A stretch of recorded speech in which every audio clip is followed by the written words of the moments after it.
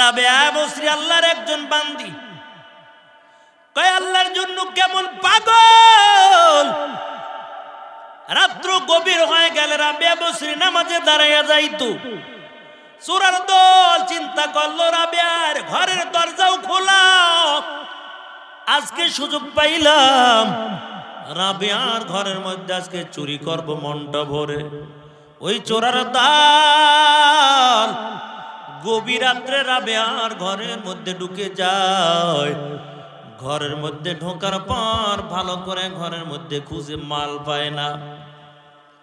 রাবেয়া বসরি ডানে বামে সালাম ফিরিয়ে নজর করে দেখতে পায় ওই চোরের দল রাবেয়া বসরি উজু করার জন্য একটা পানির বদনা ছিল। এই পানির বদনাটা নিয়ে যখন চলে যায়, রাবেয়া বসরি ডাক দিয়া বলে, যুবক, তুমি আমার ঘরের মধ্যে ঢুকে কোনো মাল পাও নাই, টাকা পয়সা কিছুই পাও নাই, তবে যেই বদনাটা নিয়ে যাও, এই বদনায় পানি আমি জমা করে রাখতাম। রাত্র গভীর হয়ে গেলে এই পানি দিয়া উজু করে আমি আমার মালিকের কুদরতি পায়ে সিজদা দিতাম। ওরে চোরার দল, তবে আমার বদনা নিয়ে যাও, আমার কোনো দুঃখ নাই, তবে জীবনে যদি একটা বারের জন্য হয়, এই বদনার পানি দিয়া উজু করে একটু আল্লাহর কুদরতি পায়ে সিজদা দিও। চোরায় চিন্তা করে কেমন মালিক,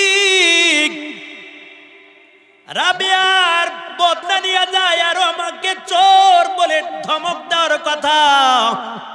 কিন্তু রাবেয়া বসরি তো কিছুই বলল না, বরং আমাকে বলে এই বদনার পানি দিয়ে একটু উজু করে মালিকের কুদরতি পায়ে সিজদা দেওয়ার জন্য। আবার চোরার দল রাবেয়ার ঘরের সামনে এসে ডাকতেছে, রাবেয়া শুনো, তুমি কেমন মালিকের ইবাদত করো বলো। রাবেয়া বসরি ডাক দেয়া বলে, চোরার দল, যিনি তোমাকে বানাইলো, আমাকে যিনি সৃষ্টি করলো, শুধু তাই নয়, এই তামাম দুনিয়া যিনি সৃষ্টি করলো, আসমান বানাইলো, জমিন বানাইলো, আমি ওই মালিকের কুদরতি পায়ে সিজদা দিয়ে দিয়া তো মজা ভাই, তামাম দুনিয়ার মালিক যদি আমাকে বানানো হয়, এত মজা আমার দিলের মধ্যে লাগবে না। চোরায় ডাক দিয়া, রাবেয়া কেমন করে সিজদা করে একটু বলো। রাবেয়া বসরি ডাক দিয়া বলে, ও চোরের দল, ওই যে পুষ্কুনি দেখা যায়, ওই পুষ্কুনির থেকে বদনায় পানি নিয়ে আমি আইনা রাখতাম, রাত্র বেলা উজু করে আল্লাহর কুদরতি পায়ে সিজদা দিতাম। তবে যদি আল্লাহর কুদরতি পায়ে সিজদা দিতে চাও, ওই পুষ্কুনির থেকে বদনায় করে পানি নিয়ে আসো, আমি রাবেয়া তোমাকে উজু করা শিখাইব। ও নবীর উম্মতের দল, ওই যুবক পুষ্কুনি থেকে একটা বদনা পানি নিয়ে রাবেয়ার সামনে হাজির হয়ে যায়, ডাক দিয়া বলে, রাবেয়া আমাকে একটু উজু করা শিখাইয়া দাও, তুমি যেই মালিকের কুদরতি পায়ে সিজদা দাও, আমারও মনে চায় একটু ওই আল্লাহর কুদরতি পায়ের মধ্যে আমি সিজদা দিব। এরে আল্লাহর বান্দা, রাবেয়া বসরি সুন্দর করে উজু করে শিখায়, আল্লাহর বান্দা উজু করে। এখন বলে, রাবেয়া বলো, কেমন করে আমি আল্লাহর কুদরতি পায়ে সিজদা দিব বলো। ও নবীর উম্মতের দল, রাবেয়া ডাক দিয়া বলে, যুবক, তুমি নামাজের মুসল্লায় দাঁড়াইয়া যাও, তাকবীরে তাহরিমা বলে তুমি হাতটা বেঁধে নাও। এমন করে করে আল্লাহর বান্দি রাবেয়া বসরি যুবককে নামাজের মধ্যে দাঁড় করাইয়া, রাবেয়া বসরি আরেকটা যায় নামাজের মধ্যে বসে বসে দুইটা হাত আমার মালিকের দিকে বাড়াইয়া বলে, আল্লাহ, তোমার গোলাম তোমার সামনে হাজির করে দিলাম, ও দয়ার আল্লাহ, হেদায়েতের মালিক তো একমাত্র তুমি। আয় আল্লাহ, তোমার বান্দাকে হেদায়েতের মালাটা তুমি পরাইয়া দাও। এরে নবীর উম্মতের দল এমন করে করে রাবেয়া বসরি যুবকের জন্য দোয়া করে। আর ওদিক থেকে 2 রাকাত নামাজ আদায় করার পর যুবক যখন ডানে বামে সালামটা ফিরায়, ডাক দিয়া বলে, রাবেয়া কেমন মালিকের শব্দে আমাকে দাঁড় করাইছো বলো। আমি যখন নামাজ আদায় করার পর ডানে বামে সালামটা ফিরাইলাম, আমার দিলের মধ্যে এত মজা পাইলাম। ও রাবেয়া তুমি শোনাও, আর কোনোদিন চুরি করব না, আল্লাহর নাফরমানি করব না, মানুষের হকগুলো নষ্ট করব না। এখন থেকে আমি আল্লাহ তাআলার গোলামি করব। ইয়া ইলাহি তু মেরা মাবুদ হায়, या इलाही तू मेरा माशूक़ा है। या इलाही मुझसे मुझको दूर कर, ताकि देखो मुझ में तुझको एक नजर। এর নবীর উম্মতের দল আজকে কার জন্য বড় পাগল? আল্লাহর জন্য পাগল হও, ওই মালিকের জন্য পাগল হও যার দিলের মধ্যে আল্লাহর ভয় থাকবে।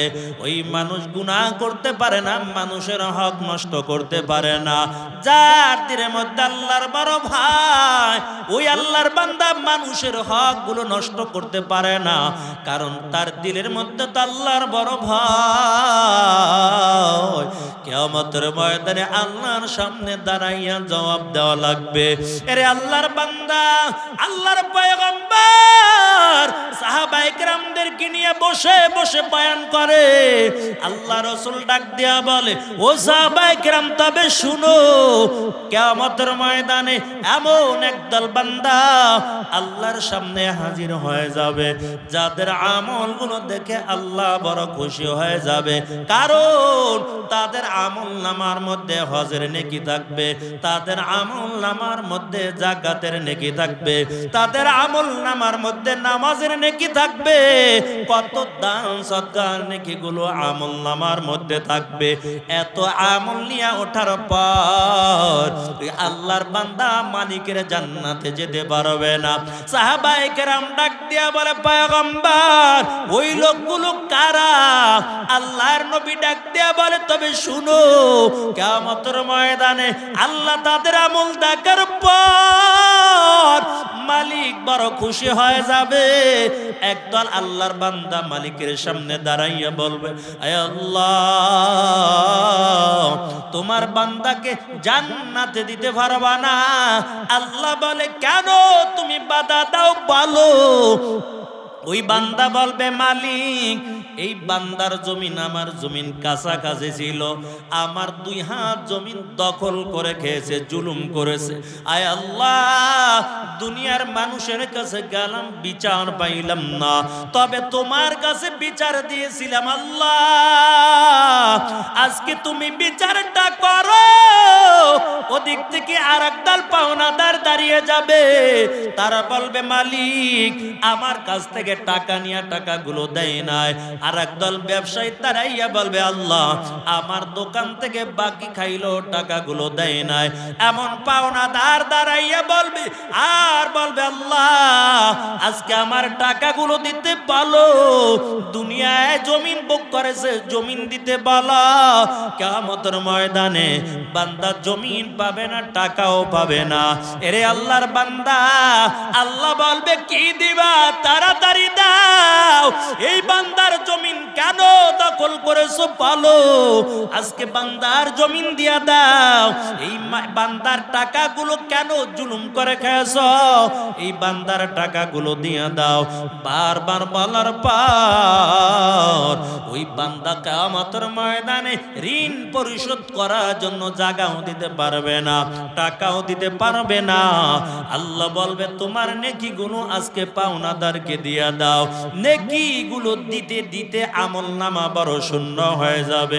এরে আল্লাহর বান্দা, আমলনামা শূন্য হওয়ার পর মালিকের কাছে বড় আফসোস করবে আর বলবে আল্লাহ দুনিয়ার সামান্য হায়াতের জন্য যদি আজকে মানুষের হকগুলো নষ্ট না করতাম, এই দুনিয়ার সামান্য হায়াতের জন্য যদি মানুষের উপর জুলুম না করতাম, আজকে আমি তোমার জান্নাতের মেহমান হয়ে যাইতাম। আয় আল্লাহ, আজকে তো আমার আমলনামার মধ্যে কোনো নেকি নাই। আল্লাহ বলবে এখন কেমন করে জান্নাতে যাইবা, যেহেতু তোমার আমলনামা তো বড় শূন্য হয়ে গেল, কিন্তু আরো বড় পাওনাদার থেকে যাবে। আল্লাহ বলবে এখন কি দিয়া এই পাওনাদারের ঋণগুলো তুমি পরিশোধ করবা, তবে এখন তার গুনাহগুলো তোমার মাথার মধ্যে আনো। এরে আল্লাহর বান্দা, এমন করে করে পাওনাদারের গুনাহগুলো মাথায় আইনা আল্লাহর বান্দা জাহান্নামে হয়ে যাবে, আর ওই পাওনাদার বান্দা বান্দিগুলো কিয়ামতের ময়দানে তারা জান্নাতের মেহমান হয়ে যাবে। দুনিয়ায় বড় অহংকারী ভাব নিয়ে চলি, বড় বড় ক্ষমতা পাইছো, ক্ষমতা পাইয়া মানুষের হকগুলো নষ্ট করো। তুমি কি জানো না 25টা জাতির ঘটনা আল্লাহ কোরআনের মধ্যে বলেছে।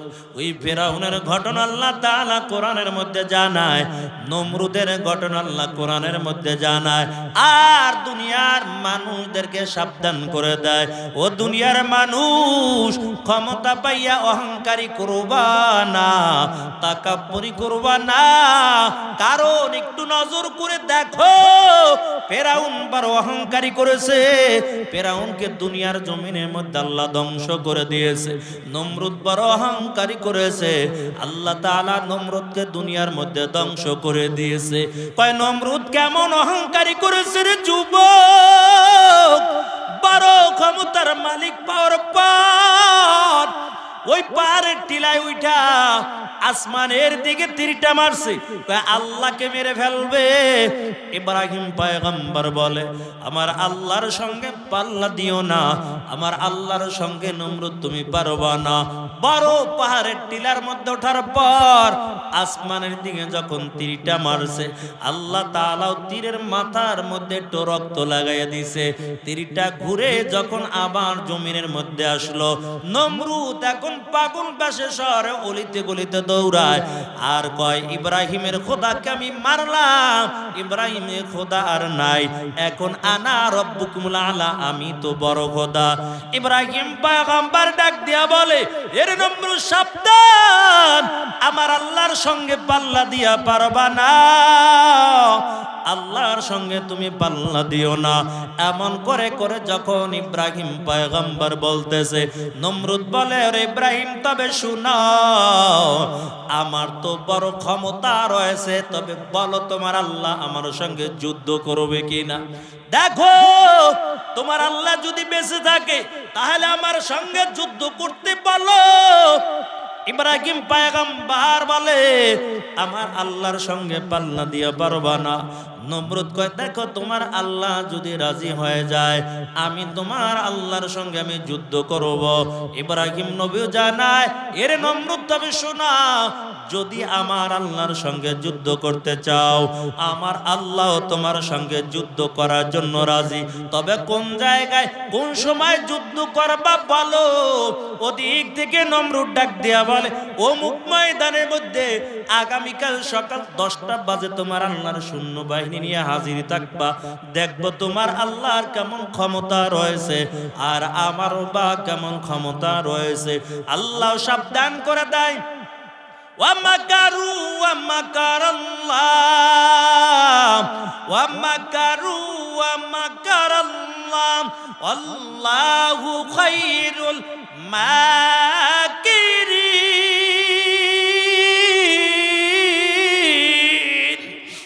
কাদের কুদরত দারি বারকামাল আন্তা রব্বি আন্তা হাসবি জুল জালাল তুহি কাদের জলিলুল্লাহ জাহাদার বহরহাল তুহি মেরা নিগাদার। এর নবীর উম্মতের দাল সকাল বেলা ইব্রাহিম পয়গম্বর ময়দানে এক কোনায় হাজির। নমরুদ হাজার হাজার সৈন্য বাহিনী নিয়ে ময়দানে চলে গেল। নজর করে দেখতে পায় ইব্রাহিম পয়গম্বর একা ময়দানে এক কোনায় দাঁড়ানো। নমরুদ ডাক দিয়ে বলে, কি ব্যাপার ইব্রাহিম, বলো তোমার আল্লাহ কি ভয় পেয়ে গেল না কি বলো? ইব্রাহিম পয়গম্বর ডাক দিয়ে বলে, কেন? কয় তুমি একা আসছো, তোমার আল্লাহর সৈন্য বাহিনী কই? ইব্রাহিম পয়গম্বর ডাক দিয়ে বলে, আরে নমরুদ, আমি তো যুদ্ধ করার জন্য আসি নাই, কারণ তুমি যুদ্ধ করবা আল্লাহর সঙ্গে, আমি আসছি খেলা দেখার জন্য। আমি তো যুদ্ধ করব না, যুদ্ধ তো তুমি আল্লাহর সঙ্গে করবা, আমি তো খেলা দেখার জন্য আসলাম। নমরুদ কয়, ময়দান খালি কেন? কই তোমার আল্লাহর সৈন্য বাহিনী কই? কয় অপেক্ষা কর, এখনো সময় 5 মিনিট বাকি আছে। আল্লাহ বলে, কে আছো? আমার দুশমনকে যাইয়া সাইজ করবা। মশাই হাজির হয়ে বলে, লাব্বাইক আল্লাহ, আমরা হাজির আছি, তোমার দুশমনকে সাইজ করে দিব। আল্লাহ কয়, পারবা? কয় একটু অনুমতি দেন, বেশি কিছু লাগবে না, আমরা ময়দানে যাই সাইজ করে দিব। আল্লাহকে যাও যাও, অনুমতি দিলাম, আমার দুশমনদের জমিনের মধ্যে সাইজ করে দাও। আল্লাহর অর্ডার পাইয়া মশাই গরম মেজাজ নিয়ে দৌড়ায়। নমরুদ ডাক দিয়া বলে, ইব্রাহিম, চারদিক থেকে ভ্যান ভ্যান ভ্যান ভ্যান আওয়াজ, এত আওয়াজ কিসের হয় বলো? ইব্রাহিম পয়গম্বর ডাক দিয়া বলে, অপেক্ষা করা, আল্লাহর সৈন্য বাহিনী মাত্র আসতেছে। হঠাৎ করে চারদিকে ময়দানটা মশার দ্বারা ভরে যায়। একটা ছিল ল্যাংরা মশাকে, তোরা আগে আগে যা, আমি দুর্বল, আমি আস্তে আস্তে করে তারপরে আসতেছি। পুরা ময়দানটা মশায় ভরপুর হয়ে গেল। এক একটারে এক একটা কামড় দেয়, জমিনের মধ্যে পড়ে যায়, আবার কামড় দেয়, জমিনে পড়ে যায়। নমরুদ ডানে বামে নজর করে দেখতে পায়, ওই আল্লাহর সৈন্য বাহিনী তো আইসা আমার সব সৈন্যকে দুনিয়ার জমিন থেকে শেষ করে দিল। এখন আমি একা আছি, যদি আমারে ধরে তাহলে তাড়াতাড়ি শেষ হয়ে যাব। নিজের জীবনটা বাঁচানোর জন্য একটা সিফা দিয়ে দিছে। তো ওই প্রতিমধ্যে ন্যাংরা মশার দাঁড়ানো। কয়, আল্লাহ যদি একটু অনুমতি দাও, এই বড় শয়তানটার একটু ধরি। আল্লাহ বলে, যাও, অনুমতি দিলাম, তুমি যাইয়া বড় শয়তানটারে মারো, কারণ কিয়ামত পর্যন্ত মানুষগুলো দেখবে বড় ক্ষমতাশীল নমরুদকে মারার জন্য একটা সবল মশাও তাও লাগে নাই, একটা দুর্বল ন্যাংরা মশা দিয়া তারপরে নমরুদকে সাইজ করলাম। জমিনের মধ্যে আইসা বড় অহংকারী করেছে। এরে আল্লাহর বান্দা, নমরুদকে ধরার জন্য ন্যাংরা মশা নাকের থেকে ঢুইকা হেডকোয়ার্টার যে বইছে, এখন বইসা আস্তে আস্তে করে কামড় দেয়, আর নমরুদের যন্ত্রণা বেড়ে যায়।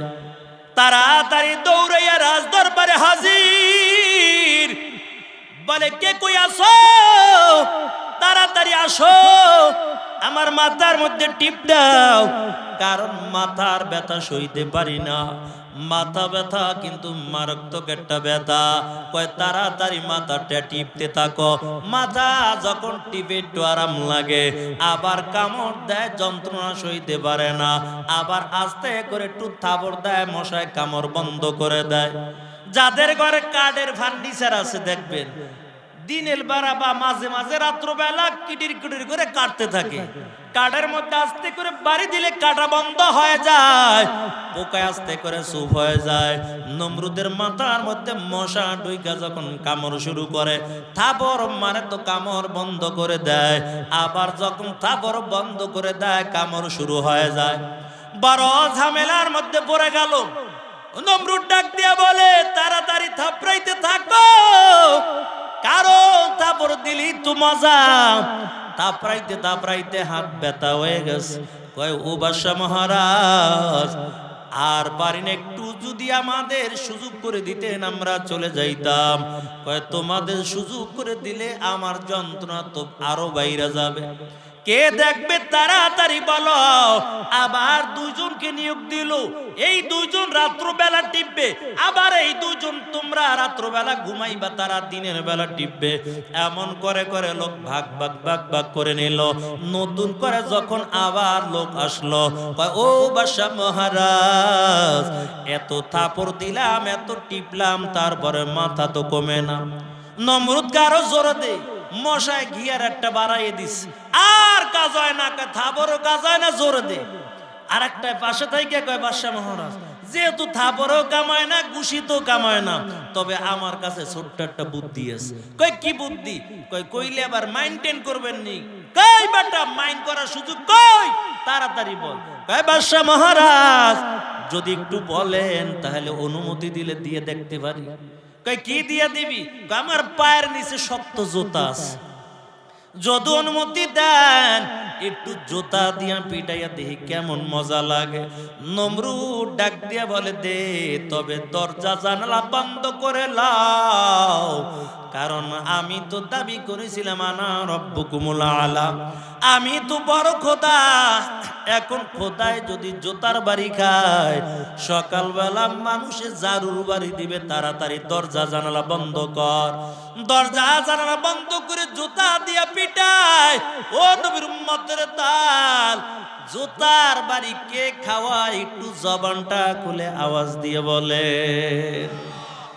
নিজের পাপের অপরাধে নমরুদ করলো গাদ্দারি, মাথা ব্যথা নিরাময়ে খাইল জোতার বাড়ি, খাইল জোতার বাড়ি। কথা বলেন ঠিক কিনা?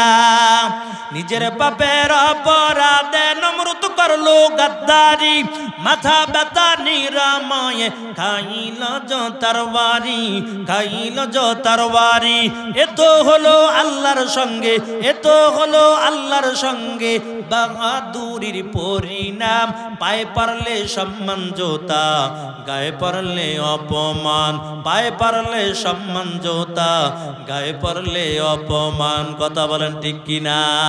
কয় 10,000 টাকার জুতা দিয়াও যদি পিটায়, সম্মান থাকবে না। আবার যদি ডবল বুশের মতন হয়, কবে গালের পাশে দিয়া জুতা গেছে, আমার কাছে তেমন কিছু মনে হয় না। 25টা জাতির ঘটনা আল্লাহ কোরআনের মধ্যে জানায়। সুলাইমান নবীকে আল্লাহ ক্ষমতা দান করেছে। সুলাইমান নবীর ঘটনা আল্লাহ তাআলা কোরআনের মধ্যে সুন্দর করে জানায়। তাই কেমন সুলাইমান নবীকে আল্লাহ ক্ষমতার মালিক বানাইলো। শুধু বাংলাদেশের মতন দেশের বাদশা ছিল না, আমেরিকার মতন দেশের বাদশা ছিল না।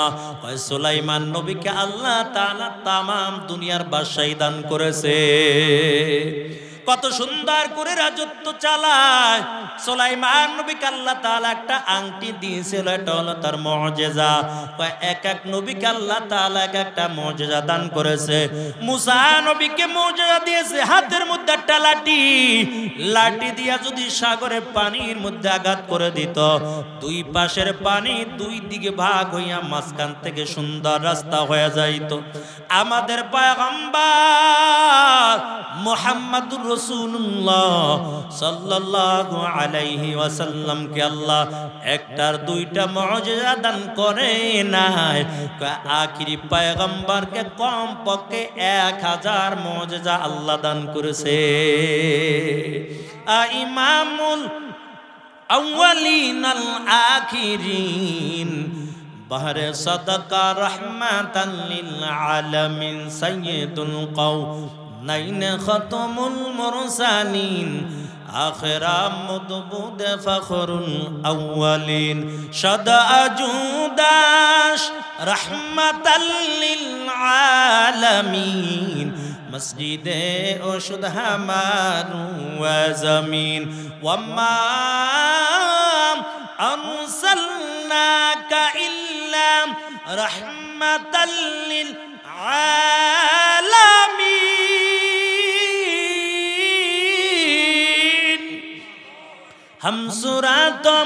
हम सिराते मुस्तफा दर तमामी हालयों कुन इत्तिबाए सुन्नते खैरुल बशर गिर लाजम तबयाबी ऐ फेसार मोहम्मद अरबी हया नबी रस्ते पेशवा मोहम्मद अरबी हया नबी रस्ते पेशवा अलमा हुआ उसकी पैदाइश से उजाला आलमा हुआ उसकी पैदाइश से उजाला शफीउल उमम हमारा नबी रोज़ क़यामत शफाअत करेगा अल्लाह की पस गुनाहगार उम्मत शफाअत करेगा अल्लाह की पस गुनाहगार उम्मत एरे नबीर उम्मतेर दल আল্লাহর পয়গম্বরকে তো রহমত স্বরূপ পাঠাইলো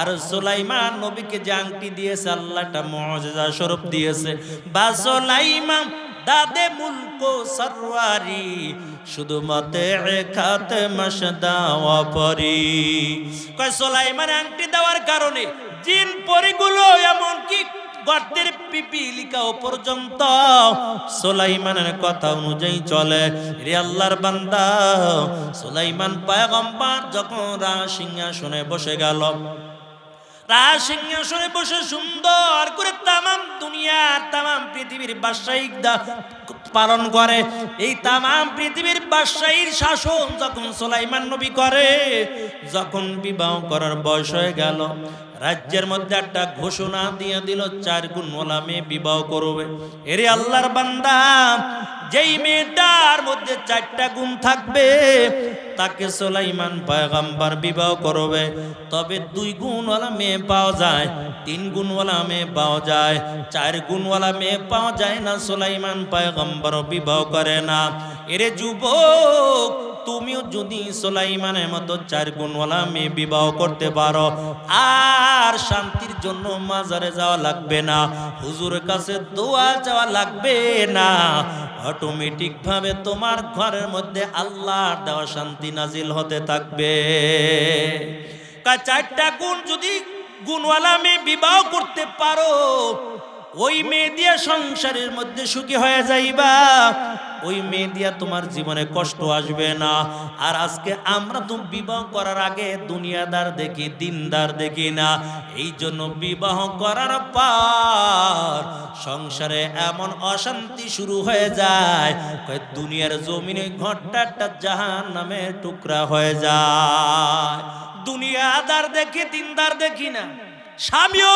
চাকরি করে বিবিও চাকরি করে দুজন বাম্পার কামায় আর বিবাহ করার আগে এমন মেয়ে দেখে বিবাহ করে দেখি চাকরি বাদা করে কিনা অথবা শিক্ষিত আছে কিনা চাকরি করাইতে পারবো কিনা না হয়তো দেখবো মেয়ের বাবা টাকাওয়ালা কিনা যদি টাকাওয়ালা হয় কমপক্ষে 5 লাখ টাকা হাওলাতের কথা নিয়ে বিদেশে যাওয়ার একটা সুযোগ হয়ে যাবে স্বামী স্ত্রী দুজন চাকরি করে বাম্পার কামায় ম্যাডাম বেতন পায় 30,000 স্বামী বেতন পায় 20,000 দুইজনে ভালোই কামাইতেছে ভালোই দিন যাইতেছে রে আল্লাহর বান্দা কিন্তু প্রতিদিন স্বামী অফিস থেকে আইসা ঘরের মধ্যে ঢুইকা ঘরের কাজ বা সুন্দর করে গুছায় একদিন স্বামী বেচারা চিন্তা করল কি ব্যাপার সংসারের সব কাজ তো আমার দ্বারা করায় আমার বিবিও চাকরি করে আমিও চাকরি করি আগে তো হুজুরদের কাছে শুনতাম স্বামীর পায়ের নিচে স্ত্রীর জান্নাত মহিলারা স্বামীর খেদমত করবে এখন দি উল্টা হয়ে গেল উল্টা আমি তার খেদমত করি এমনকি সংসারের কাজও আমার করা লাগে আজকে আর কিছুই করব না চুপচাপ করে বসে আছি সন্ধ্যাবেলা ম্যাডাম বাড়ি হাজির হয়ে গেল নজর করে দেখতে পায় ঘরটাও গুছালো দেখা যায় গরম মেজাজ নিয়ে বলে কি ব্যাপার ঘরটাও গুছালো কেন এমন এলোমেলো মালামালগুলো দেখা যায় স্বামী বেচারা ডাক দিয়ে কয় বিবি গরম আওয়াজ নিয়ে কথা বলবা না কারণ স্বামীর পায়ের নিচে স্ত্রীর জান্নাত গরম মেজাজ নিয়ে কথা বলবা না আর তোমাকে দিয়া চাকরি করাইতে চাই না এখন থেকে তুমি আমার খেদমত করবা পর্দায় থাকবা আল্লাহর হুকুম পালন করবা ম্যাডামও জানাইয়া দেয় তোমার সংসার ছাড়বো তারপর আমি চাকরি ছাড়তে পারবো না দুইজনের মধ্যে ঝগড়া শুরু হয়ে যায় স্বামী বেচারা ডাক দিয়া বলে চাকরি করাবো না, ম্যাডাম ডাক দিয়া বলে চাকরি ছাড়বো না। দুইজনের মধ্যে ঝগড়া শুরু হয়ে গেল। ঝগড়া করতে করতে বড় রাত্র হয়ে গেল। ওদিক থেকে স্বামী বেচারা চিন্তা করলো, এমন স্ত্রী ঘরের মধ্যে আনলাম, এর সঙ্গে ঝগড়া করে তো পারবো না। দুজন এবার ঘুমাইতে গেছে। গায়ে বিবি সকালবেলা অফিস আছে, আর ঝগড়া করা লাগবে না, চলো আমরা আরামের ঘুম ঘুমাইতে যাই। যখন আরামের ঘুম ঘুমাইতে গেল, ম্যাডাম অন্যদিকে ফিরে শুয়ে রইছে, স্বামী আর একদিকে ফিরে শুয়ে রইছে। মশারি তাও আজকে কেউ টানায় না। প্রতিদিন স্বামী মশারি টানায় আর বিবি আরামে ঘুমায়। ওদিক থেকে আজকে স্বামীর মেজাজ বড় গরম, মশাই সুযোগ পাইয়া কামড় শুরু করছে। একটু পার স্বামী বেচারা ডাক দিয়ে বলে, বিবি মশার কামড় সইতে পারি না, তবে একটু মশারিটা টানাইয়া দাও। বিবি কয়, কেন মশারি তুমি টানাইবা? কারণ তোমার বেতন হলো 20,000, আমার বেতন হলো 30,000। তোমার চাইতে আমার ক্ষমতা বেশি, বেতন বেশি, পাওয়ার বেশি, মশারি তোমার টানান লাগবে। স্বামী ডাক দেয়া বলে, বিবি না না, মশারি তুমি টানাইবা কারণ তুমি আমার খেদমত করবা। ঘুমাইতে যাইয়া আরো দুইজনের মধ্যে ঝগড়া শুরু হয়ে গেল। স্বামী বেচারা বড় মুসিবতের মধ্যে পড়ে গেল। কয়, কি আবার বিপদের মধ্যে পড়লাম? ঘুমাইতে আসলাম, রাত্র অনেক হয়ে গেছে, তবে এখন আরো তো ঝগড়া বেড়ে গেল, কেমন করে মুখটা বন্ধ করব? আর মহিলাদের মুখ হলো চায়না মেশিনের মতন, একবার যদি চালু হয়ে যায় কমপক্ষে 1 সপ্তাহ এটা ডাইরেক্ট চলতে থাকে। ঝগড়া একদিন লাগছে, 7 দিন পর্যন্ত স্বামীর লাগে কথা কয় না। স্বামী বাজারা চিন্তা করলাম, আর মশারির দরকার নেই, যদি একটু মুখটা বন্ধ করতে পারতাম, একটু রাইতে আরামে ঘুমাইতে পারতাম। তবে একটা বুদ্ধি খাটাইলো। কয়, বিবি শোনো, মশারি তোমারও টানান লাগবে না, আমারও টানান লাগবে না, দুইজনে একটা চুক্তিনামা করি। কয়, কি চুক্তি করতে চাও? কয়, যে আগে কথা বলবে হে মশারি টানাইব, দুজন চুপচাপ হয়ে যায়। বিবি কয়, ঠিক আছে, দুজন চুপ, কোনো কথা নাই, যে আগে কথা কইবে হে মশারি টানাইব। দুজন চুপ হয়ে গেল। ঘরের বাইরে থেকে চোরের দল দাঁড়াইয়া দাঁড়াইয়া সব শুনতেছে। একটা খুব চালাক চোর কয়, তাড়াতাড়ি ঘরের মধ্যে ঢুক। দুইজনে বাম্পার কাম, একজনও চুরি করতে পারি না, আজকে কিরা কাটছে, দুইজনে একজনও কথা কইব না, তাড়াতাড়ি ঘরের মধ্যে ঢুকাও, আজকে ভালো করে চুরি করে লই। তবে আস্তে আস্তে করে এক একজন করে ঢুকো, দাও কথা কয় কিনা। আগে বড় চালাক চোর ঘরের মধ্যে ঢুকলো। কই স্বামীও দেখে, বিবিও দেখে, কথা কয় না, ডাকও দেয় না, কারণ ডাক দিলে তো মশারি টানান লাগবে। আস্তে আস্তে করে একের পর এক ঘরের মধ্যে চোরার দল ঢুকে গেল। মালামাল গুলো গাঠির মধ্যে বাঁধে, টাকা পয়সা নেয়, আলমারির থেকে চাবি নিয়ে টাকা পয়সা নেয়, স্বর্ণকর্ণ নেয়। স্বামীও দেখে, বিবিও দেখে, ডাক দেয় না, কারণ ডাক দিলি তো মশারি টানান লাগবে। দুজন তাকাইয়া তাকাইয়া দেখতেছে, চোরের দল মালামাল গুলো সব গাঠির মধ্যে বাঁধছে। মাথার মধ্যে নিয়ে যখন রওনা দিয়া যাবে, ওই চালাক চোরটা কয়, দেখি রানছি কি খাইয়া লই। এর আজকে কিরা কাটছে, দুজনে কথা কইব না, তবে রানছি কি ভালো করে খা। পাতিলের কাছে যাইয়া তাকে সুন্দর করে মাছ বাজি করে রাখছে। ঝগড়া করে আজকে দুইজনে একজনও খাবার খায় নাই। কয়, তাড়াতাড়ি ভাতগুলো খাইয়া পাতিল দুইটা গাঠির মধ্যে বেঁধে নাও, কারণ পাতিল দুইটা নতুন দেখা যায়। সুন্দর করে আমার যখন খাইয়া লইয়া পাতিল দুইটা গাঠির মধ্যে বাঁধ, গাঠির মধ্যে ভাত পাতিল সহ নিয়া যখন রওনা হয়, ওই ম্যাডাম ডাক দিয়ে বলে, ও চোরের দল, টাকা পয়সা স্বর্ণ কর্ণ যা কিছু নিছো কিছু বলি নাই, তবে আমি শখ করে দুইটা পাতিল কিনলাম, পাতিল দুইটা রাইখা যা। স্বামী ডাক দিয়ে কয়, কথা কিনলি গে? কইছো আগে মশারিটা টানাম। চাকা গোল, পয়সা গোল, গোল আলু গোল, এর চেয়ে বেশি গোল মনের গন্ডগোল। কথা বলেন ঠিক কিনা? চাকা গোল, পয়সা গোল, গোল আলু গোল, এর চেয়ে বেশি গোল মনের গন্ডগোল। নিম তিতা, নিন্দা তিতা, আরো তিতা খর, এর চেয়ে বেশি তিতা 200 তুনির ঘর। বাড়াই করলে দিলে রহমত আসে না, নিজে কি নিজে ছোট মনে করিও তুমিও সাধা। উঁচু জায়গার পানি যেমন নিচু জমিনে যায়, তেমনি আল্লাহর রহমত আসে নম্রতার হৃদয়। ফেরাউনের লাশটা দেখো মিশর জাদু ঘরে, খায় না কোনো পোকা মাকড়, সবাই ঘৃণা করে। তরকারি মতো তরকারি হলে অল্প জালে সিজে, বুদ্ধিমান মানুষ হলে ইশারাতে বুঝে। এর নবীর উম্মতের দল পয়গম্বর সুলাইমান রাজ্যের মধ্যে ঘোষণা দিয়া দেয়, 4 গুণওয়ালা মেয়ে সুলাইমান নবী বিবাহ করবে। এই 4 গুণের কথা বলে আমার বয়ানকে আমি শেষ করে দিব। তবে 2 গুণওয়ালা মেয়ে পায়, 3 গুণওয়ালা মেয়ে পায়, 4 গুণওয়ালা মেয়ে পায় না। সুলাইমান নবী বিবাহ করতে পারে না। এরে আল্লাহর বান্দা, ওদিক থেকে ওই রাজ্যের মধ্যে একজন জেলে ছিল, নদীর মধ্যে মাছ ধরে ধরে জীবনটা চালাইতো। জেলের কানের মধ্যে সংবাদ চলে যায়। ওই জেলের কানের মধ্যে যখন সংবাদ চলে যায়, জেলে চিন্তা করলো সুলাইমান পয়গম্বর, কোনদিন তাকে দেখলাম না। তবে 4 গুণওয়ালা মেয়ে সুলাইমান নবী বিবাহ করতে চায়।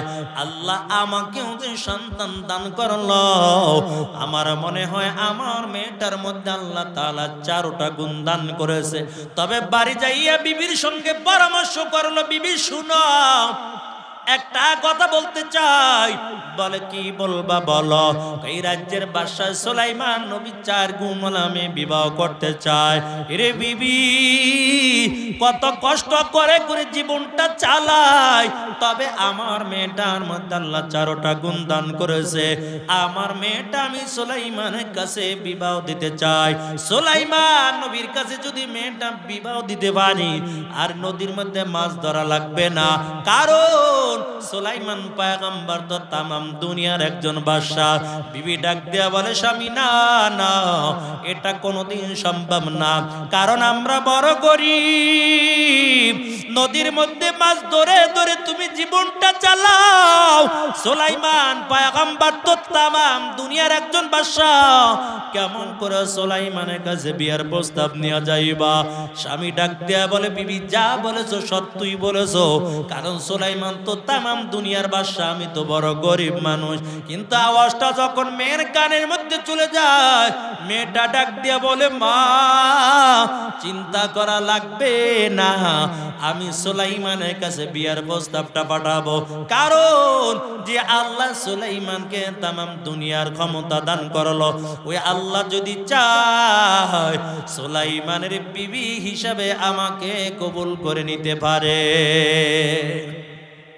মেয়েটা একটা চিঠি লিখে সুলাইমানের কাছে পাঠায়, আর লিখে দেয়, ও পয়গম্বর সুলাইমান, আপনি 4 গুণওয়ালা মেয়ে বিবাহ করতে চেয়েছেন, তবে আমার মধ্যে আল্লাহ 4টা গুণ দান করেছেন। তবে আমি গরিবের সন্তান, আমার বাবা নদীর মধ্যে মাছ ধরে ধরে জীবনটা চালায়। আমরা বাড়ি গাড়ির মালিক না, বড় অসহায়, ঘর নাই বাড়ি নেই, কষ্ট করে করে তারপর আমার বাবা জীবনটা চালায়। ও পয়গম্বর সুলাইমান, তবে আপনি যদি চান আপনি আমাকে বিবাহ করতে পারেন। সুলাইমান পয়গম্বর চিঠিটা পড়ার পর সব মন্ত্রীদেরকে ডাইকা বলে, ও মন্ত্রীর দল, দেখো এই মেয়েটার ঘর কই, মেয়েটার বাড়ি কই, এই মেয়েটার বাবার নামটা কি, দেখো কোন এলাকার মধ্যে মেয়েটা বসবাস করে। কারণ 4 গুণওয়ালা মেয়ে আমি বিবাহ করতে চেয়েছিলাম, 4 গুণওয়ালা মেয়ে পাইলাম, আমি এই 4 গুণওয়ালা মেয়েকে বিবাহ করতে চাই। একজন মন্ত্রী দাঁড়াইয়া বলে, ও বাদশা মহারাজ, কেমন করে আপনি মেয়েকে বিবাহ করবেন? কারণ এটা তো একটা জেলের মেয়ে, নদীর মধ্যে মাছ ধরে ধরে তারপর জীবনটা চালায়। এই মেয়ে বিবাহ করা আপনার পক্ষে সম্ভব না। কারণ দুনিয়ার মানুষ বলবে সুলাইমান নবী এত তামাম দুনিয়ার বাদশা হইয়া একটা জেলের মেয়েকে বিবাহ করলো, এই মেয়েকে আপনি বিবাহ করতে পারবেন না। সুলাইমান পয়গম্বর বড় রাগ হইয়া, গোসা হইয়া আংটিটা ছিঁড়ে টুকরা টুকরা করে জমিনের মধ্যে ফালাইলো। কাজটা আল্লাহর কাছে বড় পছন্দ হয়ে যায়। আর সংবাদটা যখন মেয়ের কানের মধ্যে চলে যায়, মেয়েটাও 2 রাকাত নামাজ আদায় করার পর আল্লাহর কাছে দোয়া করার বলে, মালিক তুমি তো সুলাইমানকে তামাম দুনিয়ার ক্ষমতা বানাইছো। আয় আল্লাহ, তামাম দুনিয়ার ক্ষমতার মালিক তুমি সুলাইমানকে দান করলা, তবে আমার বাবাকেও তুমি গরিব বানাইছো। আয় আল্লাহ, সুলাইমান বড় টাকার মালিক হওয়ার কারণে আমাকে বিবাহ করার জন্য রাজি হয় নাই। আয় আল্লাহ, তবে তুমি যদি চাও সুলাইমানকে গরিব বানাইয়া আমাকে টাকার মালিক বানাইয়া সুলাইমানের বিবি হিসেবে কবুল করে নাও। আল্লাহ তাআলা দোয়াটা কবুল করে নিয়েছে। সুলাইমান পয়গম্বরের উপর আল্লাহর পরীক্ষা শুরু হয়ে যায়। ও নবীর উম্মতের দল, কয় কেমন পরীক্ষা শুরু হয়? ওই যে আংটি দিয়েছিল সুলাইমান নবীর মুজিজা, হাতের মধ্যে আংটি, আল্লাহ তাআলা আংটির মধ্যে বিশেষ বিশেষ কিছু শর্ত লাগাইয়া দিল। আর বলে, পয়গম্বর সুলাইমান এই আংটি নিয়ে ওয়াশরুমে যেতে পারবেন না। আল্লাহ তাআলা বিশেষ বিশেষ কিছু শর্ত লাগায়। সুলাইমান পয়গম্বর বড় মুসিবতের মধ্যে পড়ে গেল। কি করবে? আংটি কার কাছে রাখবে? তবে বিশ্বাসস্থ একজন খাদেম রাইখা দিল। যদিও কোথাও দূরে যাইত, আংটিটা খাদেমের কাছে দিয়া যাইতো, আবার আইসা আংটি চাইতো, আংটি দিয়া দিত। এরে আল্লাহর বান্দা, একদিন সুলাইমান পয়গম্বর যখন আংটিটা খাদেমের কাছে দিয়া চলে গেল, ওই রাজ্যের একটা শয়তান চালাক জিন আইসা পুরা সুলাইমানের আকৃতি দইরা খাদেমের কাছে আইসা বলে, আংটি দাও। আংটি চাইছে, সুলাইমান মনে কইরা আংটি দিয়া দিছে। আংটিটা হাতের মধ্যে নেওয়ার পর ডাক দিয়ে বলে, আমার আর খাদেম টাদেম লাগবে না, তোমার পথে তুমি যাও। আংটি হাতের মধ্যে নিয়ে রাজ সিংহাসনের মধ্যে বসে গেল। চালাক শয়তান জিনটা যখন রাজ সিংহাসনের মধ্যে বসে যায়, রাজ্যের মধ্যে একটা ঘোষণা দিয়ে দিল, তবে শুনো, আমার মতন কিন্তু একজন নকল সুলাইমান বের হয়ে গেছে। ওরে যেই জায়গার মধ্যে পাইবা ওই জায়গায় সাইজ করো। এমন করে করে সুন্দরভাবে রাজত্ব চালায়। ওদিক থেকে সুলাইমান পয়গম্বর খাদেমের কাছে এসে বলে, আংটি কই? আংটি যখন চায়, খাদেম ডাক দিয়ে বলে, কিসের আংটি দিব?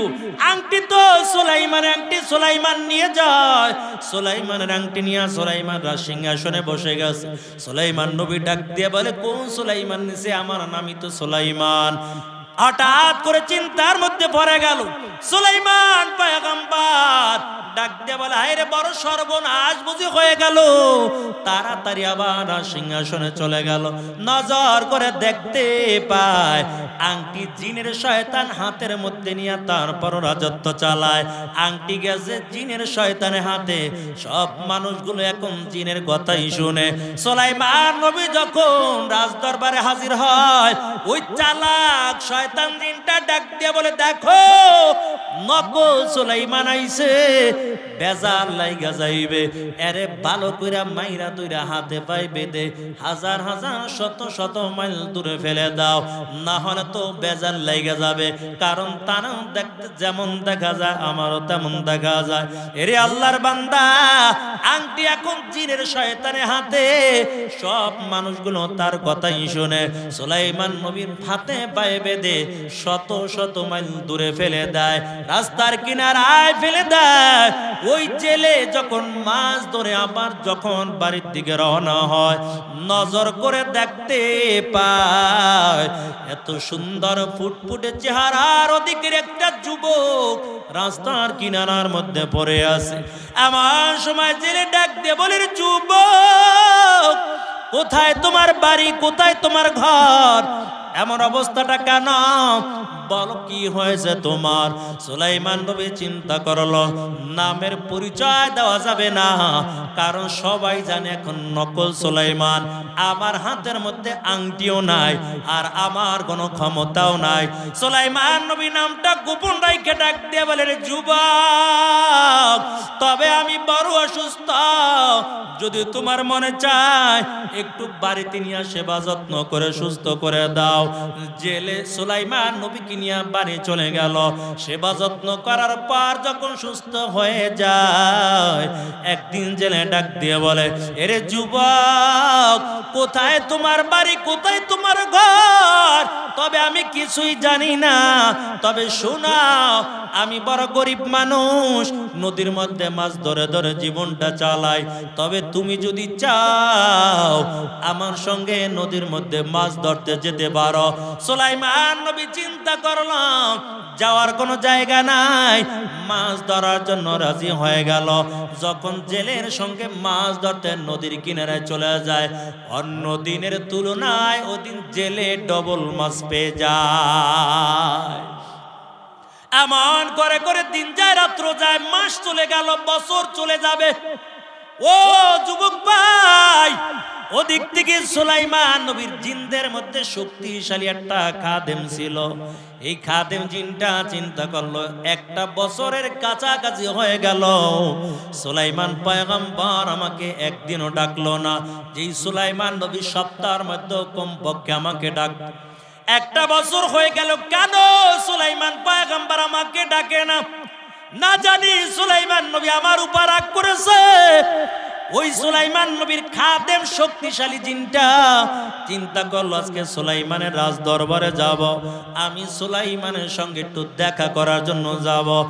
এই সুলাইমানের খাদেম জিনটা যখন রাজ দরবারে হাজির হয়ে যায়, নজর করে দেখতে পায় এ তো আসল সুলাইমান না, এ তো জিনদের মধ্যে একটা শয়তান জিন আংটি নিয়ে তারপর রাজত্ব চালায়। কয় চোরে চোর চিনে, ডাকাতে ডাকা চিনে, ভালো মানুষ চিনে, আর জমিনের মধ্যে আল্লাহওয়ালারা আল্লাহওয়ালা চিনে। কথা বলেন ঠিক কিনা? আউলিয়ারাম কারে উকুবা ইখতিয়ার, জাহেলারা কারে দুনিয়া ইখতিয়ার। মাইলে মোমেন সোয়া মোমেন মিশাওয়াত, মাইলে কাফের সুয়ে কাফের মিশাওয়াত। এক জামানা সুহবতে বা আউলিয়া, বেহতার আজ 7 সালে তাআত বেরিয়া। এরে নবীর উম্মতের দল, এমন করে করে সুলাইমান পয়গম্বর জেলের সঙ্গে মাছ ধরে ধরে দিন কাটায়, রাত্র কাটায়, মাস চলে গেল। একটা বছরের কাছাকাছি যখন হয়ে গেল, একদিন জেলে ডাক দিয়ে বলে, যুবক, তবে তুমি আমার বাড়ি থাকো, কোথায় তোমার ঘর, কোথায় তোমার বাড়ি, আমি কিছুই জানি না। তারে যুবক, আমার মনের মধ্যে বড় একটা আশা জেগে গেছে, তুমি যদি আমার আশা পূরণ করে দাও। সুলাইমান নবী ডাক দিয়ে বলে, কি আশা বলেন? জেলে ডাক দিয়া বলে, যুবক, একটা বছর তুমি আমার বাড়ি থাকো, কোনদিন একটা মিথ্যা কথা তোমাকে বলতে দেখি নাই। তবে আমার সুন্দরী রূপসী একটা মেয়ে আছে, তুমি যদি রাজি হও, আমার মেয়েটা আমি তোমার সঙ্গে বিবাহ দিতে চাই। সুলাইমান পয়গম্বর চিন্তা করলো, যাওয়ার আর তো কোনো জায়গা নাই, বিবাহ বশ করার জন্য রাজি হয়ে গেল। তবে জেলে আসতে করে আবার ঘরের মধ্যে চলে যায়। বিবিকে ডাক দেয়া বলে, বিবি, আমার বাড়িতে যে যুবক একটা বছর কাজ করে করে জীবনটা চালায়, ও বিবি, ছেলেটার ব্যাপারে তোমার কেমন মতামত, কেমন ধারণা? জেলের বিবিও ডাক দিয়ে বলে, স্বামী আমার, এত ভালো সুন্দর যুবক আমার জীবনের মধ্যে আর আমি কোনোদিন দেখি নাই। জেলে ডাক দিয়ে বলে, বিবি তুমি শুনো, তুমিও বলছো ভালো, আমিও বললাম ভালো, এই ছেলের কপাল তো বড় ভালো, যতদিন মাছ ধরতে নদীর মধ্যে চলে গেলাম, কোনোদিন খালি হাতে ফিরলাম না। তবে বিবি, আমার মনে চায় আমার সুন্দরী রূপসী মেয়েটাই ছেলের সঙ্গে আমি বিবাহ দিয়ে দেব। বিবি ডাক দিয়ে বলে, না না, আমি বিবাহের মধ্যে রাজি নাই, কারণ আমি তো টাকাওয়ালা দেইকে বিবাহ দিতে চাই। জেলে ডাক দেয়া বলে, বিবি না, রিজিকের মালিক হলো একমাত্র আল্লাহ, টাকাওয়ালা দরকার নাই। যদিও ছেলের টাকার মালিক না, তবে ছেলে একজন দিনদার। এমন করে করে দুইজনের মধ্যে কথার মধ্যে কাটাকাটি। বিবি ডাক দিয়া বলে না আমি টাকাওয়ালা দেখা বিবাহ দিতে চাই। স্বামী বলে আমি দিনদার দেখা বিবাহ দিতে চাই। দেখবেন মহিলাদের মধ্যে দুইটা জিনিসের লোভ বেশি, একটা হলো টাকার লোভ আর একটা হলো স্বর্ণের লোভ। এই জন্য মাঝে মাঝে আমাদের সমাজেও দেখা যায় একটা দুইটা বাচ্চা তুইয়াও টাকাওয়ালা দেখা আর একজনের লগে হিজরত কইরা চইলা যায়। আপনাদের শরীয়তপুরে না এদিকের মহিলারা ভালো আছে? আরে আল্লাহর বান্দা, ওদিক থেকে আস্তে আস্তে করে জেলে বিবিকে রাজি করলো, লম্বা ইতিহাস 2-4 মিনিটের মধ্যে শেষ করে দেব। কারণ আপনাদের জন্য তবরক তৈরি করছে, ঠান্ডা হয়ে যায় ইতিহাস। খালি বিয়াটা ভরাইয়া দুজনের বাসর ঘরের মধ্যে ঢুকাইয়া তবরক হয়ে যাবো ইনশাআল্লাহ। থাকবেন না ভাগবেন? আল্লাহ কবুল করেন, বলেন আমিন। ওদিক থেকে জেলে আর বিবি দুইজনের মতামত একই হয়ে গেল। এখন ছেলেও রাজি, জেলেও রাজি, বিবিও রাজি। সকাল বেলা কাজে আইনা বিবাহ হয়ে গেল। কিন্তু কেমন করে আজকে বাসর ঘরটা সাজাবে? ঘরে এক বেলা খাবারের কোনো ব্যবস্থা নাই, মাছ ধরে তো জীবনটা চালায়। কিন্তু সকাল বেলা যখন মেয়েটার বিবাহ হয়ে গেল, আজকে জেলে একটা সিদ্ধান্ত করলো, মেয়েটা সকাল বেলা বিবাহ দিয়ে দিলাম, তবে দুপুর বেলা আবার মাছ ধরার জন্য নদীর মধ্যে চলে যাব। আজকে যেই মাছগুলো পাবো এই মাছগুলো বিক্রয় করে আমার মেয়ের বাসর ঘরটা সুন্দর করে সাজাবো। এমন একটা ভালো নিয়ত করে রেখেছে। ওদিক থেকে সুলাইমান নবীর শক্তিশালী চিন্তা যখন রাজ দরবারে হাজির হয়, নজর করে দেখতে পায় সুলাইমান তো ক্ষমতায় নাই। এত চালাক শয়তান একটা জিন বসে বসে রাজত্ব চালায়। কয় জিনে তো দেখা জিন চিনা ফালাইছে। সুলাইমান নবীর খাদেম জিনটা ডাক দিয়ে বলে, তুমি কেন রাজ সিংহাসনে বসা? বলো আমাদের সুলাইমান কই? ওই চালাক জিনটা চিন্তা করলো, খাইছে আজকে তো বসের কাছে ধরা খাইয়ে গেছি। যদি বসের কাছে ধরা খাইয়া যায় আর মুক্তি পাবো না, আর ক্ষমতা লাগবে না, আগে নিজের জীবনটা চালায়। নিজের জীবনটা বাঁচানোর জন্য সিংহাসন ছাইরা দিছে দৌড়। সুলাইমান নবীর খাদেম জিনটা সামনে যারা ছিল কয় তাড়াতাড়ি ধর, এ তো আমগো সুলাইমান না, নকল সুলাইমান বসে বসে আমাদের ধোঁকা দিতেছে। হঠাৎ করে নজর করে দেখতে পায় সুলাইমান নবীর আংটিটাও হাতের মধ্যে দেখা যায়। সুলাইমান নবীর খাদেম জিনটা ডাক দিয়া বলে, আমাদের সুলাইমান নবীর আংটিও তো তোমার হাতের মধ্যে দেখা যায়, তাড়াতাড়ি সুলাইমানের আংটিটা দাও। সুলাইমানের আংটি কেন তোমার হাতের মধ্যে দেখা যায়? ওদিক থেকে চালাক শয়তান জিনটা চিন্তা করলো, হাতের আংটিটা যদি নিয়ে যায় আমার অবস্থা 12টা বাজন দিব, তারপর আংটি দিব না। নিজে বাঁচার জন্য তাড়াতাড়ি আংটিটা কইলা নদীর মধ্যে ফালাইয়া দেয়। নদীর একটা মাছ আদার মনে কইরা আংটিটা খাইয়া ফালাইছে। আংটি যখন নদীর মাছে খায়, এই মাছের পিছে পিছে হাজার হাজার মাছ দৌড়ায়। মাছে চিন্তা করলো, খাইলাম কি আর হইল কি, কোন তাবিজ আবার খাইলাম?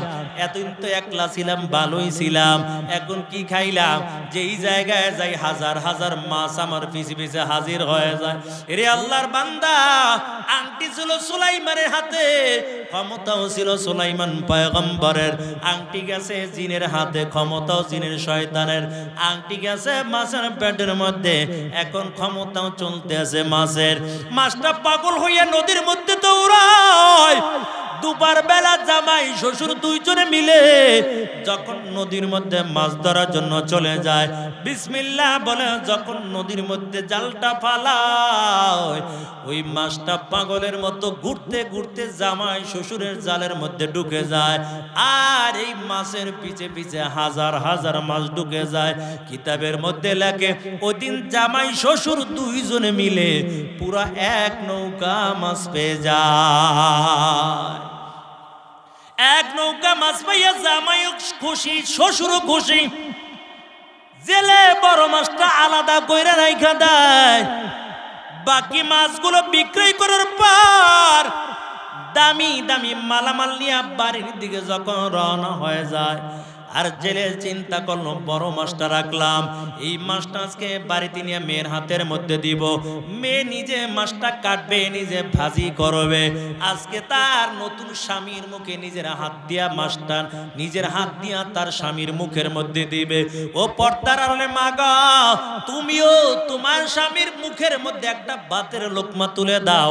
তোমার স্বামী অন্যের বাড়ি কাজ করিয়া রিস্কা চালাইয়া মানুষের বাড়ি বদলা দিয়া ঘরের মধ্যে আসছে, তুমি যদি দেখো তোমার স্বামী পানির পিপাসিত অবস্থায় আছে, স্বামী চাওয়ার আগে আগে একটা গ্লাস পানি যদি স্বামীর হাতের মধ্যে তুলে দাও, আল্লাহর পয়গম্বর জানাইয়া দেয় 7 ভরি স্বর্ণ আল্লাহ রাস্তায় সদকা করলে যে সব হইতো, এই পরিমাণ সওয়াব আল্লাহ তার আমলনামার মধ্যে দান করে দেয়। আরে আল্লাহর বান্দা, ও পর্দার আলোর মা গো, স্বামী স্ত্রী এক বিছানার মধ্যে ঘুমাবে, এক কম্বলের তলে ঘুমাবে, স্বামীর হাতটা স্ত্রীর গায়ের মধ্যে থাকবে, স্ত্রীর হাতটা স্বামীর গায়ের মধ্যে থাকবে। এমন করে করে করে করে রাত্র বেলা যদি এক কম্বলের তলে ঘুমায়, সারা রাত্র রহমতের ফেরেশতারা মাথার কিনারায় বসে বসে মাগফিরাতের জন্য আল্লাহর কাছে দোয়া করতে থাকে। এরে আল্লাহর বান্দা, জেলে বাড়িতে এসে বিবিকে ডাক দিয়া বলে, বিবি শুনো, বড় মাছ পাইলাম, তবে অনেকগুলো মাছ পেয়ে গেলাম, বাকি মাছগুলো বিক্রয় করে দিলাম, আর বড় মাছটা আলাদা করে বাড়ি আনলাম। এরে বিবি জানো, এই ছেলের কপাল কত ভালো, কারণ তাকে নিয়ে যতদিন নদীর মধ্যে মাছ ধরতে গেলাম কোনোদিন খালি হাতে ফিরলাম না। সকালবেলা মেয়েটা বিবাহ দিয়া দুপুর বেলা মাছ ধরতে গেলাম, পুরা এক নৌকা মাছ পাইছি। বিবি কয় তার আগে মাইয়াটা বিয়ে দিল না, তাহলে তো আরো টাকাওয়ালা হয়ে যাইতাম। জেলে ডাক দিয়া বলে, বিবি তোমাকে তো রাজি করাইতে পারি নাই, কারণ তুমি তো টাকার চিন্তা করেছো, দুনিয়াদারে চিন্তা করেছো, আমি তো টাকার চিন্তা করি নাই, আমি তো দিনদার ছেলে দেখা বিবাহ দিলাম। বিবি ডাক দিয়া বলে, স্বামী আমার এই ছেলের কপাল যে এত ভালো, তবে আমার আগে জানা ছিল না।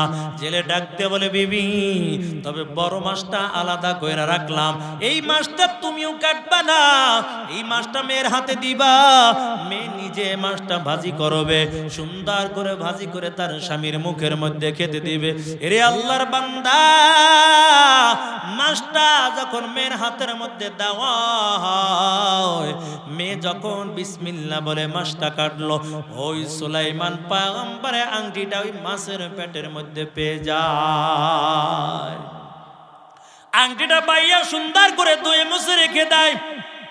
আংটির খবর মা কেউ জানায় না, বাবা কেউ জানায় না, কারণ আজকে তোমার বাসর রাত, স্বামীকে কি হাদিয়া দিব এমন দেওয়ার মতো তো কিছুই নাই, তবে বাসর ঘরের মধ্যে আংটিটা আমার স্বামীকে আমি হাদিয়া দিয়ে দিব। এই জন্য আংটির খবর মা কেউ জানায় না, বাবা কেউ জানায় না। এরে আল্লাহর বান্দা, এমন করে করে দিন পার হয়ে গেল। রাত্র বেলা যখন মেয়েটা বাসর ঘরে ঢুকে যায়, 2 রাকাত নামাজ আদায় করিয়া আল্লাহর কাছে হাত দুইটা বাড়াইয়া বলে, মালিক একটা বছর তোমার কাছে দোয়া করলাম, ওই সুলাইমানকে গরিব বানাইয়া আমাকে টাকার মালিক বানাইয়া, আয় আল্লাহ সুলাইমানের বিবি হিসেবে কবুল করে নাও। আয় আল্লাহ তুমি আমার দোয়া বুঝি কবুল করো না, আজকে আমার বাবা একটা যুবকের সঙ্গে বিবাহ দিয়েছে, তবে আল্লাহ যদি দুনিয়ার জমিনে সুলাইমানকে না পাই, তবে জান্নাতের ময়দানে সুলাইমানের বিবি হিসাবে তুমি কবুল করে নিও। এমন করে করে কান্না করে আর দোয়া করে। সুলাইমান পয়গম্বর বাসর ঘরের মধ্যে ঢুকে যায়, নজর করে দেখতে পায় বিবির চোখের মধ্যে পানি দেখা যায়, আর ঠোঁট দুইটা নাড়াইয়া নাড়াইয়া মালিকের দরবারে কি জানি চাইতেছে। যখন হাত দুইটা নামাইলো, মোনাজাত শেষ হয়ে যায়। স্বামী ডাক দেয়া বলে, বিবি কার জন্য দোয়া করতেছো বলো, কি কেন তোমার চোখের মধ্যে পানি দেখা যায়? বিবি কিছুই বলে না, বলে আমি আল্লাহর কাছে দোয়া করতেছিলাম।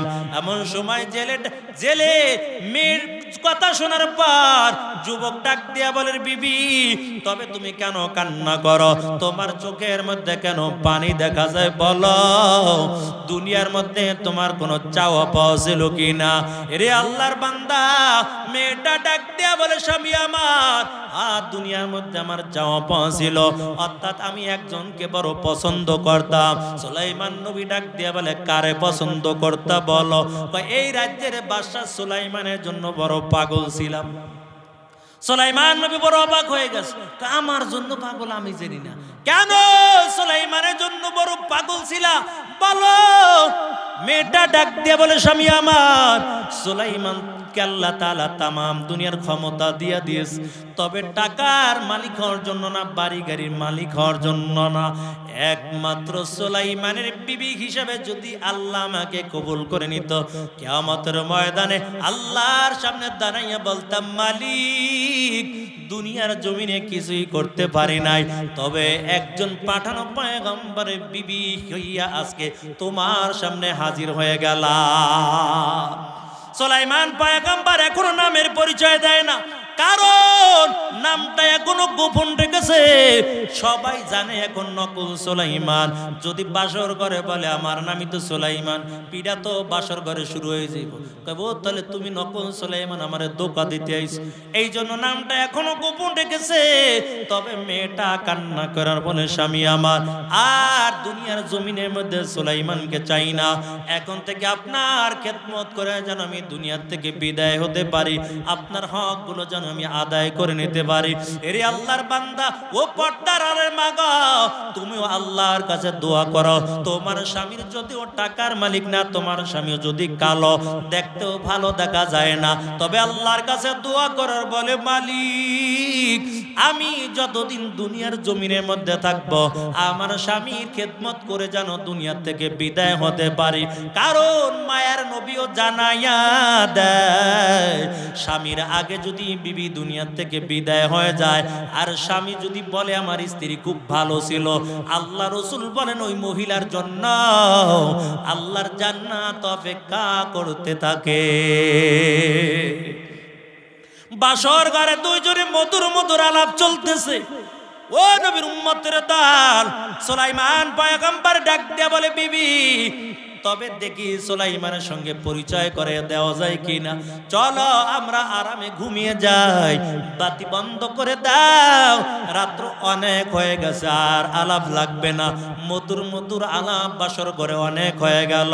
বিবি যখন বাতি বন্ধ করবে, ওদিক থেকে আবার ডাক দিয়ে বলে, স্বামী আমার, একটু আপনার ডান হাতটা বানাইয়া দেন, কারণ বাসর ঘরের মধ্যে আপনাকে কি হাদিয়া দিব, আমার তো দেওয়ার মতো কিছুই নাই, তবে ছোট্ট একটা হাদিয়া দিতে চাই। যখন সুলাইমান পয়গম্বর হাতটা সামনে বানাইয়া দেয়, ওই মাছের পেটের আংটিটা বিসমিল্লাহ বলিয়া সুলাইমান নবীর হাতের মধ্যে পরাইয়া দেয়। আংটি পাইয়া সুলাইমান পয়গম্বর বড় অবাক হয়ে গেল, কি ব্যাপার, এই আংটি কেমন করে এই জায়গার মধ্যে আসলো? আংটি তো চুরি হয়ে গেছে, কেমন করে এই জায়গার মধ্যে আংটি আসলো? আবার আমার আংটি আমারে হাদিয়া দেয়। তবে এখনো সুলাইমান পয়গম্বর বলে না যে আংটি আমার, এখনো গোপন রেখেছে। তবে আংটি পাওয়ার পর সুলাইমান নবী আংটির দিকে তাকানো, দিলের মধ্যে আর মানাইতে পারে না, চোখ বেয়ে বেয়ে পানির ফোঁটা পড়তেছে, আর আল্লাহর কাছে দোয়া করে, মালিক একটা বছর আংটি না থাকার কারণে আমার কোনো ক্ষমতা ছিল না,